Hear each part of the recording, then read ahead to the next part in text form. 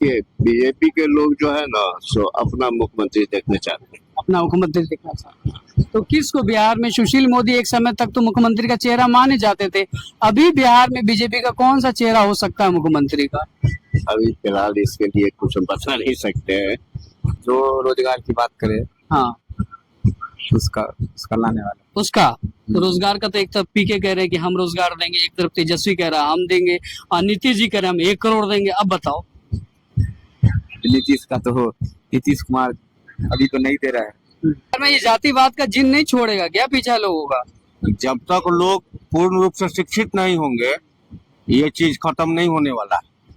देखिए, नीतीश कुमार जी से लोग अब खुश नहीं है, क्योंकि कहीं ना कहीं लोगों को लग रहा है कि लोग ठगे गए हैं।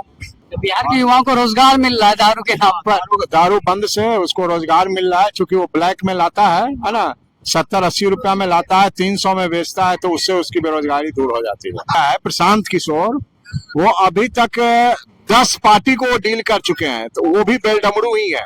अच्छा, हाँ, वो बेलडमरू है, उनका कोई प्रभाव यहाँ नहीं पड़ेगा। तेजस्वी यादव को मुख्यमंत्री नहीं बनने देंगे आप लोग? वो भी उसी का है सर, खून उसी का है, वो भी देखते हैं इधर उधर करते रहता है। नीतीश सरकार का तो सब देख ही लिया, इस बार लगता है जो कोई उनका पिछड़ जाएंगे इस बार नीतीश जी चले जाएंगे।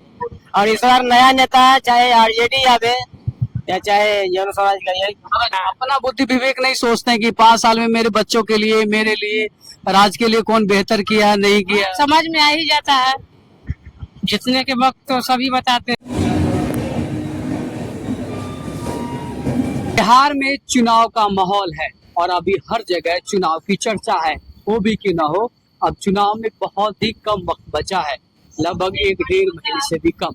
तो इस वजह से अभी हम चुनाव में लगातार बिहार की जनता से जानना चाह रहे हैं उनकी राय कि आखिर वो बिहार के चुनाव को किस तरीके से देखते हैं। आपने मुझे देखा बिहार के अलग अलग शहरों में, पटना में, तो कभी जहानाबाद में, तो कभी दरभंगा में। अभी हम हैं ट्रेन में भी बिहार की बड़ी संख्या जो है वो सफर करती है, और इसमें सिर्फ और सिर्फ बिहार के ही लोकल लोग जो है वो सफर करते हैं। तो अभी हम हैं पटना और जयनगर के बीच में जो चलने वाली ट्रेन है जयनगर इंटरसिटी, उसमें इसमें बिहार की बड़ी संख्या में खास करके उत्तर बिहार के लोग जो है वो सफर करते हैं पटना से लेकर के जयनगर तक। तो उन तमाम लोग से बीच जानने की कोशिश करेंगे और समझने की कोशिश करेंगे कि बिहार में चुनाव का क्या माहौल है। सर, बिहार में अभी चुनाव है, कैसे देखते हैं चुनाव?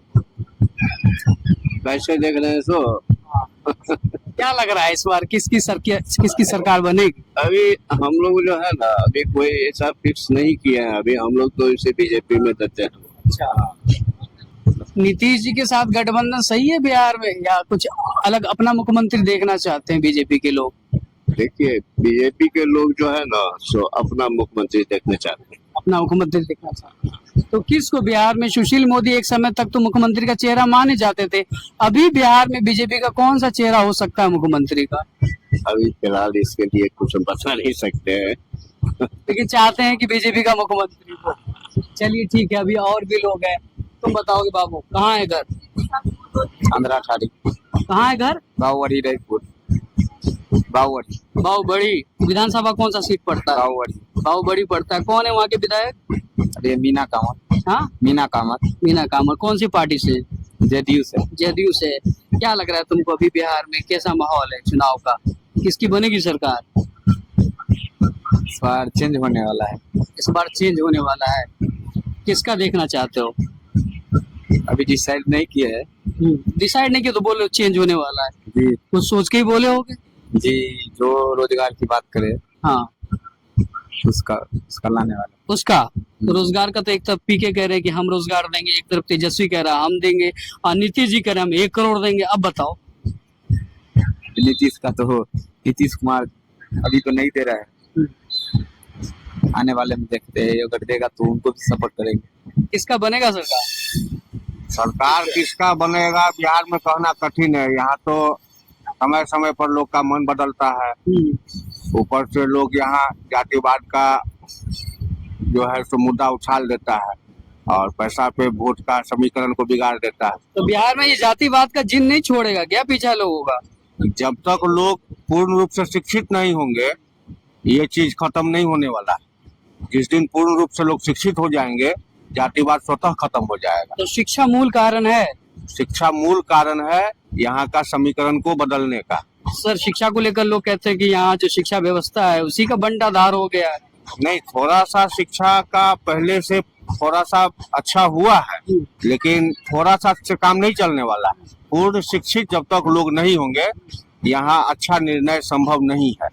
तो इस तरीके से तो फिर बिहार में अभी बहुत लंबा पारी खेलना पड़ेगा लोगों को अच्छे शासन के लिए। हाँ हाँ हाँ, बिल्कुल ये तथ्य कहीं से भी गड़बड़ नहीं है। ये तथ्य बिल्कुल सही है कि जब तक आपको बिहार के लोग शिक्षित नहीं होंगे, अपने मूल अधिकार को नहीं समझेंगे और अपने राजा को नहीं समझेंगे और अपने मंत्री को नहीं समझेंगे, तब तक लोग यहाँ सही मायने में अच्छा वोट नहीं दे पाएंगे। अच्छा, तो ये 20 साल से जो लगातार मुख्यमंत्री नीतीश कुमार बने हुए, उनका शासन कैसे देखते हैं आप इसको?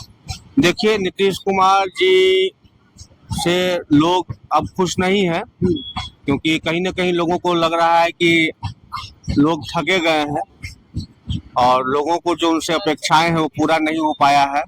कई सारे उन्होंने जो काम किया है तो वो एक सिर्फ नाम का काम रह गया है, लोगों को उससे कुछ विशेष फायदा नहीं प्राप्त हुआ है।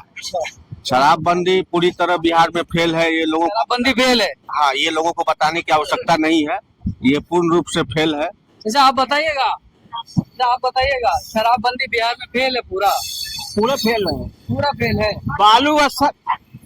बालू और दारू हाँ सब खत्म है। सब खत्म। हाँ हाँ, वो सब सुधार होने का चीजें नहीं है। अगर दोनों खत्म हो जाए तो किसी का भी सरकार हो नहीं। अच्छा बताइए। दारू जो सरकार के तरफ से बंद किया गया है ना, इसमें बहुत सारे बेरोजगार लोग जो है सो कमा रहे हैं उससे। तो बिहार के युवाओं को रोजगार मिल रहा है दारू के नाम पर। दारू बंद से उसको रोजगार मिल रहा है, क्योंकि वो ब्लैक में लाता है ना, 70-80 रुपया में लाता है, 300 में बेचता है, तो उससे उसकी बेरोजगारी दूर हो जाती है। समाज में इसका क्या असर देखते हैं? समाज को उससे कोई मतलब नहीं है ना। सरकार को ये चालू कर देना चाहिए था, है ना। सरकार को ये चालू कर देना बिल्कुल चाहिए। बिल्कुल, उसके बंद करने से कोई प्रभाव किसी पर नहीं पड़ा है और बढ़ गया है वो।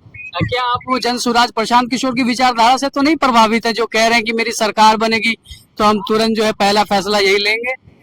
देखिए, जन सुधार के जो वो हैं, आपने जो नाम लिया है प्रशांत किशोर, वो अभी तक 10 पार्टी को वो डील कर चुके हैं, तो वो भी बेलडमरू ही है। अच्छा हाँ, वो बेलडमरू है, उनका कोई प्रभाव यहाँ नहीं पड़ेगा। हाँ, थोड़ा सा डिस्टर्ब करेंगे, लेकिन जीतेंगे तो नीतीश कुमार ही अंत को तक। अच्छा, नीतीश कुमार ही जीतेंगे? वही जीतेंगे, क्योंकि वो सेंट्रल सरकार से मिले हुए हैं, वहां से पैसा आता है। क्योंकि यहाँ तो पैसा है नहीं, बिहार सरकार को पैसा है नहीं, तो सेंट्रल देती है, तो यहाँ से ये अपना सरकार चलाते हैं। जैसे किसी को विभाग में 4-4 महीना से पैसा नहीं मिल रहा है, शिक्षक को 10 महीना से नहीं मिल रहा है, तो वो सब जब आता है तो ये देते रहते हैं। अच्छा सर, आपकी उम्र कितनी हुई? सर, हमारी उम्र 55 हो गई। 55। इस 55 सालों में तो आपने कई सरकारें बनाई होंगी और गिराई होंगी। सबसे बेहतरीन शासनकाल किसका लगा आपको? हाँ, सबसे बेहतरीन हमें नीतीश कुमार ही लगा। लालू का तो नाम ही नहीं लीजिए, उसने तो 15 साल में हमारे राज्य को गतलखाना नहीं, कौन गड्ढे में धकेल दिया वो कहना मुश्किल है।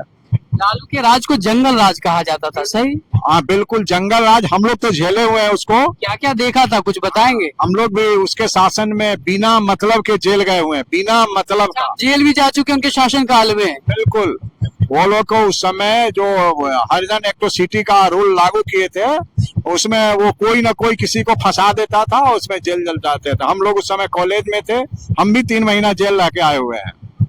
इसलिए हम लोग भी अपने बच्चे को कहते हैं, कम से कम लालटेन को, यानी लालू का खानदान जब तक रहे उसको तो मत देना।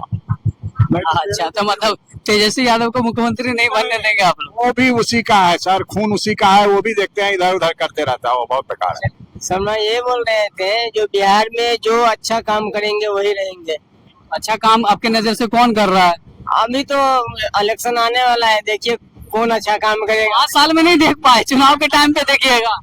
नीतीश सरकार का तो सब देख ही लिया, इस बार लगता है जो कोई उनका पिछड़ जाएंगे इस बार नीतीश जी चले जाएंगे। और इस बार नया नेता चाहे आरजेडी आवे या चाहे जन स्वराज का, यही जन स्वराज को आप समझ रहे हैं कि सत्ता में आ जाएगी? वो आ भी सकते हैं। इसलिए जो अभी जो बोल रहे हैं, जिस हिसाब से बिहार के लिए आगे के लिए, उस हिसाब से इस बार उनका पक्का है। आपको भी ऐसा ही लग रहा है? ऐसा लगता है, हमको तो उतना नहीं जानते हैं। क्या जन स्वराज की तेजस्वी? नहीं, हम मतलब नहीं पूछने आता है सब राजनीति। अच्छा, बुझने ही नहीं आता। किसी को तो वोट देते होंगे, देते हैं, सब किसको दे देते हैं? दे देते हैं। अच्छा चलिए ये बताइए कि आप वोट क्या सोच करके देते हैं? जो लोग कहते हैं वो उसको देख के दे देते हैं?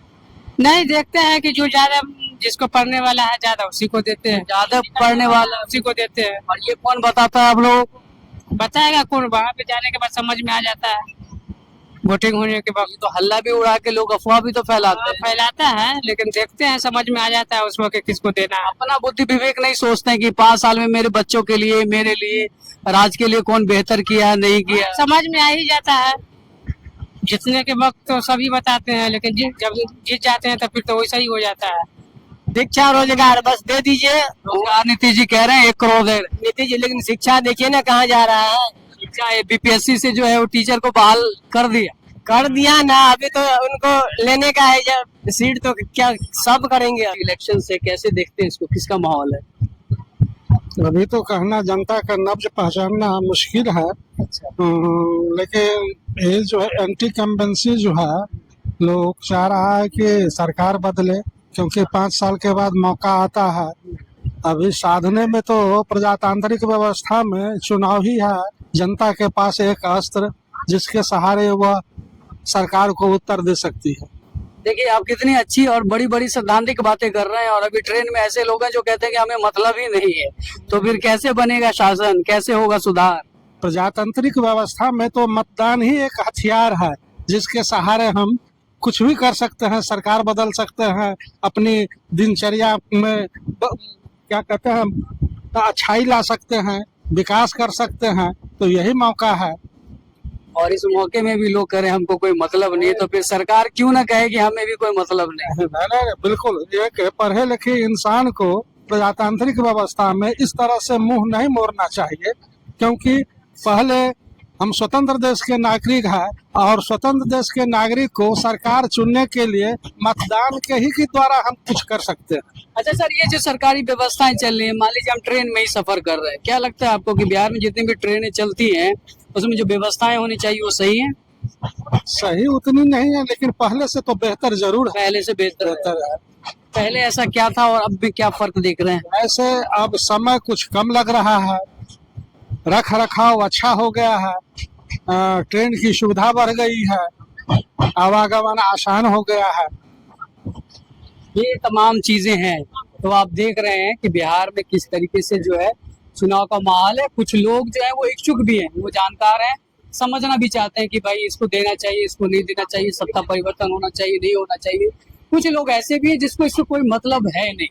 तो बिहार जो है, लोग कहते हैं कि बिहार सबसे पिछड़ा राज्य है और उसकी हालत इतनी बदतर है। तो इतनी बदतर क्यों है ये आप बेहतर समझ सकते हैं कि जिस जनता के पास अधिकार है सरकार को बनाने का, सरकार को गिराने का, उसी जनता को जो है इससे कोई मतलब नहीं है। बहरहाल फिर किसी और जगह हम आपसे मुलाकात करेंगे और आपको वहां की जनता की राय बताएंगे। तब तक के लिए दीजिए मुझे इजाजत। नमस्कार।